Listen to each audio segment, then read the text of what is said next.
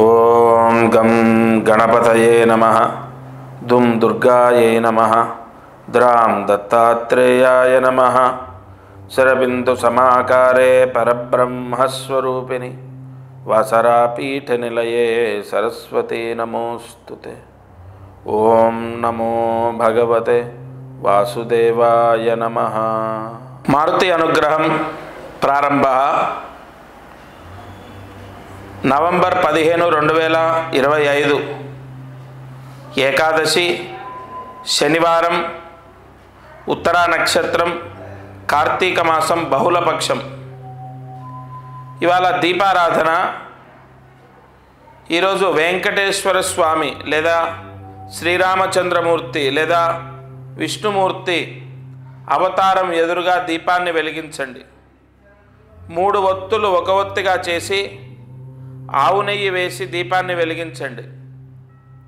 తప్పకుండా ఈ దీపారాధన మోక్షాన్ని, పుణ్యాన్ని ప్రసాదిస్తుంది.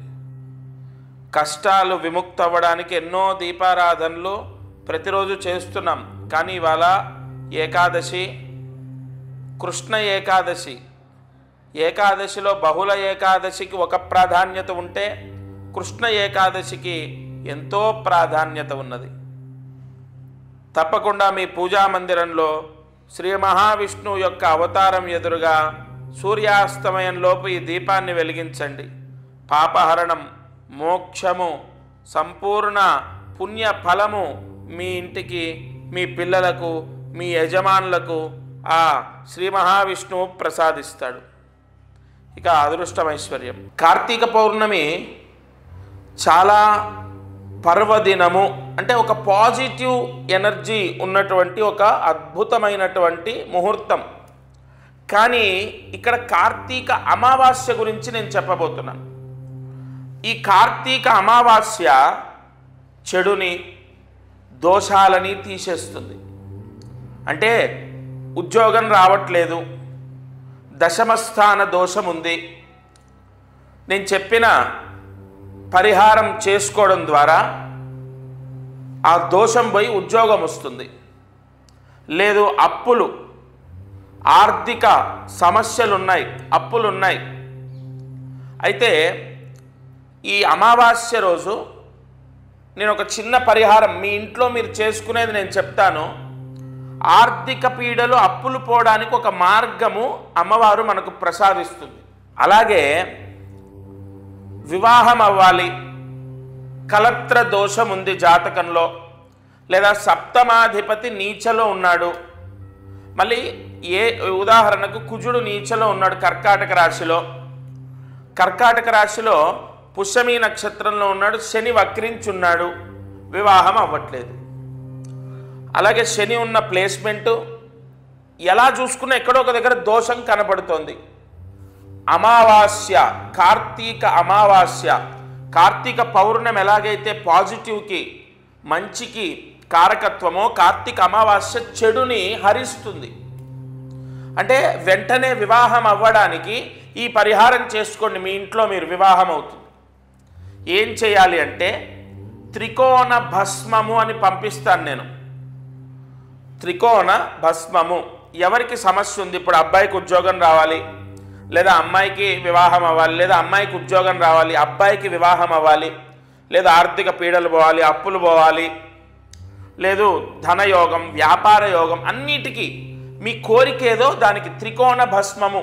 ఆరోగ్య సమస్యలున్నా, పోయిన సంవత్సరం నేను మనస్ఫూర్తిగా, అంటే నిజంగా చెప్తున్నాను, పోయిన సంవత్సరం కార్తీక అమావాస్య రోజు ఎంతోమంది ఆర్థిక సమస్యలు ఉన్న వాళ్ళు నేను చెప్పిన పరిహారం చేసి ఆర్థిక సమస్యలు పోయాయి, ఆరోగ్య సమస్యలు పోయాయి అని చెప్పారు.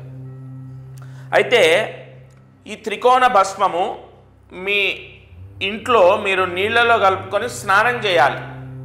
నవంబర్ 20వ తారీఖు, నవంబర్ 19వ తారీఖు, 20వ తారీఖు అంటే ఖచ్చితంగా 20వ తారీఖే త్రికోణ భస్మము అన్నది నేను పంపిస్తాను.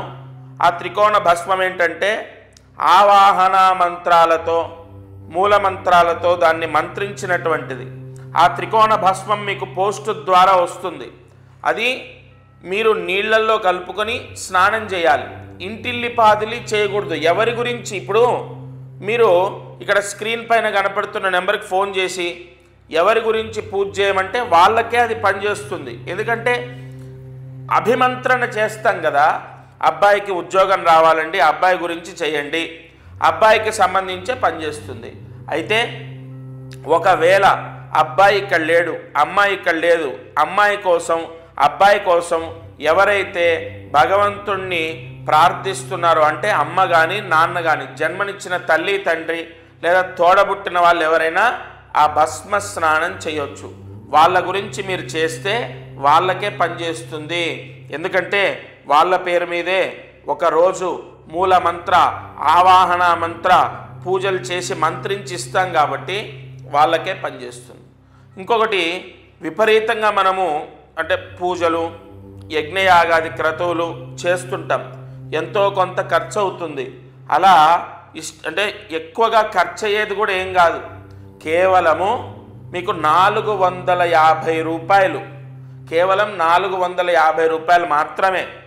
అయితే ఒక 100 రూపాయలు పోస్ట్ ఛార్జ్ అనేది మీరు పెట్టుకోవాలి, అంటే 550 మీకు ఖర్చు అవుతుంది అంతే. దీనివల్ల ముఖ్యంగా కార్తీక అమావాస్య నేను చెప్పినట్టు చెడుని దోషాలని నవగ్రహ దోషాలని ఏలినాటి శని దోషం కుజ దోషం ఇవన్నీ కూడా తగ్గుతాయి. ఏలినాటి శని దోషం వాళ్ళైతే ప్రతి అమావాస్య నా దగ్గర ఈ త్రికోణ భస్మం తీసుకొని భస్మ స్నానం చేస్తున్నారు, మాకు చాలా వరకు ఉపశమనం కనపడుతోంది అని చెప్పి. కాబట్టి కార్తీక అమావాస్య నవంబర్ 20వ తారీఖు నాడు మీరు నేను ఇచ్చిన త్రికోణ భస్మ స్నానం చేస్తే తప్పకుండా మీకు మీ కోరికలు నెరవేరుతాయి, ముఖ్యంగా మీ సమస్యలు పోతాయి. ఇప్పుడు ఉద్యోగంలో స్ట్రగుల్ అవుతున్నాడు ఒక ఆయన, గవర్నమెంట్ జాబు సస్పెండ్ అయ్యాడు. ఆయన ఒక నింద పడి సస్పెండ్ అయితే, ఇది లాస్ట్ ఇయర్ విషయం చెప్తున్నాను, త్రికోణ భస్మ స్నానం అయ్యా జపతపాదులు యజ్ఞయాగాదులు చేయండి అని నేను చెప్పను. ఈ చిన్న పరిహారం అయితే ఫస్ట్ చేయండి, దీంతో అవ్వకపోతే చూద్దాం. ఆయన చేయడము వెంటనే రిజల్ట్ రావడం జరిగింది. కాబట్టి ఉద్యోగం రావాలి, ఆర్థిక సమస్యలు పోవాలి, లేదా ఉద్యోగం మారాలి. కొంతమందికి ఒక డౌట్, ఇప్పుడు పరిస్థితులు బాగాలేదు, ఉద్యోగం మారాలి, మరి ఇది వదిలేస్తే ఇంకో ఉద్యోగం దొరుకుతుందా లేదా? మంచి ప్లేస్మెంట్ అంటే మంచి కంపెనీలో జాబ్ దొరుకుతుంది. ఎందుకంటే త్రికోణ భస్మ స్నానము అంత దోషాన్ని తీసేస్తుంది, ఎంతో వరాన్ని ప్రసాదిస్తుంది. మీకు అంటే మీ పిల్లలకు కానీ ఏదైనా సమస్య ఉంది, సరిగా చదవట్లేదు, చెప్పిన మాట వినట్లే, చెడు అలవాట్లకు గురయ్యారు, వాళ్ళతో చేయించండి. వాళ్ళు చెప్పిన మాట వినకపోతే ఒక ఆయన ఏం చేశారో తెలుసా, వాళ్ళ అబ్బాయి చెప్పిన మాట వినట్లేదు, మూర్ఖంగా వ్యవహరిస్తున్నాడు, అలాగే దాన్ని ఏమంటారు చెడు అలవాట్లకు గురయ్యాడు, త్రికోణ భస్మ స్నానం చేయమంటే ఆయన చెప్పిన మాట వినవాడు ఎందుకు చేస్తాడు? వాళ్ళ నాన్న ఆయనకు తెలియకుండా వాళ్ళ వాటర్లోనే కలిపేసి భస్మ స్నానం చేసేటట్టు ఏర్పాటు చేశాడు. ఏదో ఒక రూపంలో త్రికోణ భస్మ స్నానము కార్తీక అమావాస్య రోజు చేయాలి, లేకపోతే తల్లిదండ్రులు పిల్లల గురించి చేయాలి. కొంతమంది ఎక్కడో విదేశాల్లో ఉంటారు, పిల్లల గురించి తల్లిదండ్రులు చేయాలి. వివాహము, సంతానము, వైవాహిక సమస్యలు, ఒకరిలైతే భార్యాభర్తకి ఇద్దరికి ఇచ్చాను, వైవాహిక సమస్యలు తగ్గాయండి అని చెప్పారు. ఇలా అనేక కష్టాలకు సమస్యలకు కార్తీక అమావాస్య చాలా పవర్ఫుల్. నేను చెప్పిన పరిహారము పోస్ట్ ద్వారా తీసుకోండి, మీ గోత్రనామాలు తీసుకొని పూజలు చేసి పంపిస్తాను. ఈరోజు కార్యసిద్ధి మహామంత్రం ఓం యం భక్త విజ్ఞప్తి సమాదాత్రే నమః.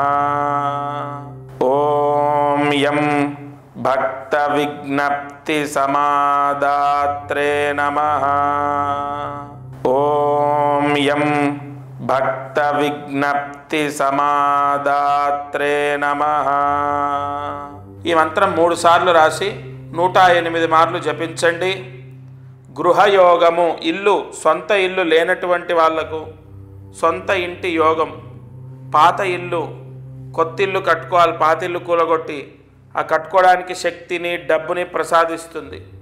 లేదు ఆస్తి సమస్య పోయి మీ భాగం మీకు రావాలి, ఆ ఇంటి యోగాన్ని మీకు ప్రసాదిస్తుంది. లేదా ఆస్తి వస్తే అది అమ్ముకొని సొంత ఇల్లు కొనుక్కోవాలి, ఏదో రూపేణా ఎలాగైనా సొంత ఇంటి యోగం కలుగుతుంది మంత్రం చదివితే.